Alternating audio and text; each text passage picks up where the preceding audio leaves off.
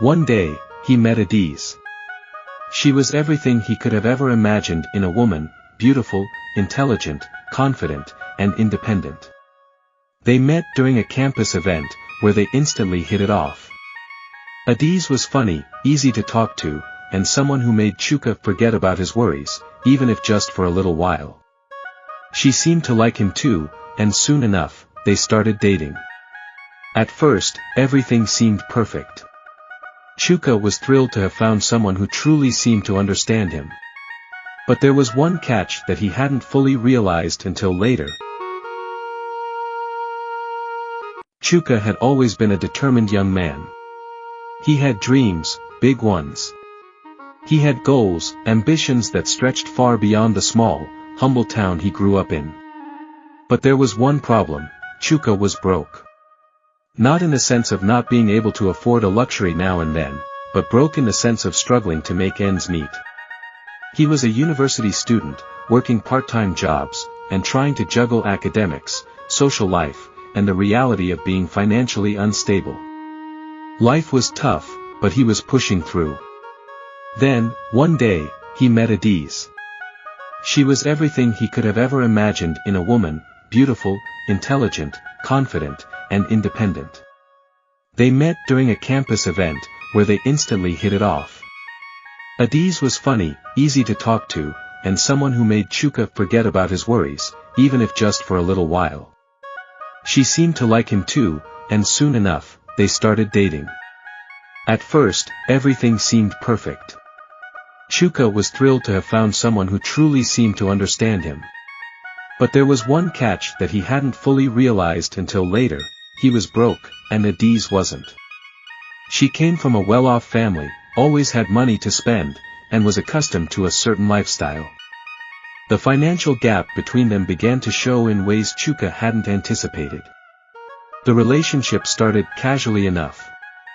They went on dates, spent time together, and talked about their hopes and dreams. But as time passed, the pressure began to mount. Adiz, without meaning to, began to drop hints about things she liked: designer clothes, fancy dinners, spontaneous weekend trips to upscale resorts. And while Chuka didn't mind going out of his way to treat her, his bank account didn't agree. There were moments when Adiz suggested going out to places that Chuka simply couldn't afford. "Let's go to that new restaurant," she'd say. "It's amazing. I've heard so much about it." Chuka knew the prices were way beyond his budget, but he didn't want to disappoint her. He had started to feel the strain of trying to keep up. So, he'd dig into his savings, or worse, borrow money from friends, just to make sure they could go out and have a good time. One Friday evening, they were supposed to go out to a fancy Italian restaurant. Chuka had been preparing for it all week, saving every penny he could. But as the day drew near, his bank balance was dwindling, and the looming reality of his financial situation hit him hard. He texted Adiz, asking if they could perhaps go somewhere more affordable, but her response was less than encouraging. "Come on, Chuka. Don't be stingy. We need to enjoy life. You can't always be so uptight about money. Life is too short." Chuka, not wanting to lose face, agreed to go. He told himself it would be fine. After all, this was his girlfriend, and he wanted to keep the relationship going strong. They went to the restaurant, and Chuka's heart sank as he watched the bill add up to a sum he couldn't afford. He had to swipe his card nervously, hoping the transaction would go through. The next day, he found himself on the phone with a friend, asking for a loan to pay back his card. This cycle repeated itself, moments of joy mixed with anxiety about money. Each time he tried to keep up with Adiz's expectations, his financial situation worsened, and with it, his stress levels increased. It wasn't just the financial strain that was taking a toll on Chuka, it was the emotional burden as well. As time went on, Chuka began to notice subtle signs that he wasn't measuring up to the expectations Adiz had for their relationship. She started making little remarks about his lack of money. "Why don't you have more savings, Chuka?" she'd ask, not in a mean way, but with a tone that made Chuka feel inadequate. Adiz's family was wealthy. They went on vacations to the Bahamas and Europe, and when they came back, she'd talk about it in a way that made Chuka feel like he was missing out on life. "I went to Paris last summer with my family. It was amazing," Adiz would say, her eyes sparkling as she recounted the luxurious trip. Chuka would smile, trying to mask his discomfort, but deep down, it hurt. He couldn't afford a trip to the next town over, let alone Paris. In the back of his mind, Chuka felt a growing sense of insecurity. He couldn't provide the lifestyle Adiz was used to, and it made him question his worth in the relationship. He wondered if she was truly happy with him or if she was only settling because of his kindness and personality. The emotional toll of constantly feeling like he wasn't good enough took its toll. Chuka became withdrawn, his once optimistic outlook on life now clouded with anxiety about his financial situation and his relationship. He started to dread the idea of being around Adiz, knowing that sooner or later, the issue of money would come up again. One fateful evening, things reached a breaking point. Chuka had saved up for weeks to buy Adiz a nice birthday gift.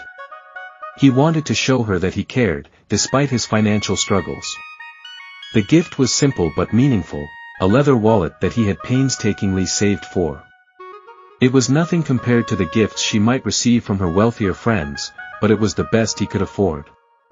When he gave it to her, Adiz's smile was brief, almost polite. "Thanks, Chuka. It's nice," she said, but the lack of enthusiasm stung. Chuka had hoped for a different reaction, something that would make him feel good about the sacrifice he'd made. Instead, Adiz seemed distracted, scrolling through her phone. "Oh, my mom got me a brand new iPhone today, though," she added casually. Chuka stood there, feeling small and insignificant. The contrast between their worlds, his constant struggle and her effortless wealth, was more apparent than ever before. In that moment, something inside him clicked. He realized that the financial gap between them was creating an insurmountable barrier in their relationship. No matter how much he loved her, no matter how hard he tried, he could never truly give her the life she was accustomed to. And as much as he tried to ignore it, it was clear she was growing frustrated with his inability to keep up. Later that night, Chuka sat alone in his dorm room, contemplating his situation. He thought about the sacrifices he had made, digging into savings, borrowing money, trying to impress Adiz with gifts and experiences he couldn't afford. But the truth was, no matter what he did, he could never truly escape the fact that he was broke. The next day, Chuka made a decision. He sat down with Adiz and, with a heavy heart, told her that he couldn't continue the relationship.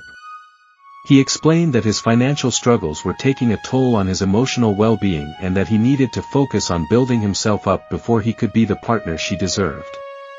Adiz, though surprised, understood. They parted ways amicably, though it was painful for both of them. Chuka knew it was the right choice.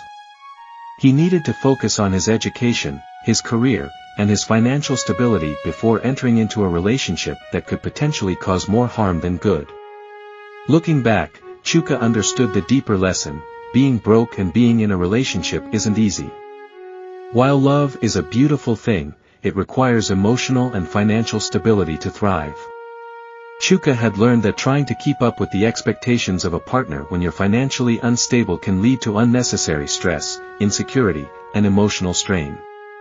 A relationship should bring joy, not constant pressure. It should be a partnership, not a competition. And while Chuka still believed in love, he knew that, at least for now, he needed to focus on building his future, getting his finances in order, and taking care of himself before he could invest in a healthy, balanced relationship. His advice to any young man facing the same struggles was simple: don't get into a serious relationship while you're broke. Focus on building yourself first. Once you're stable, everything else will fall into place. Love will wait. But you can't wait forever to take care of yourself.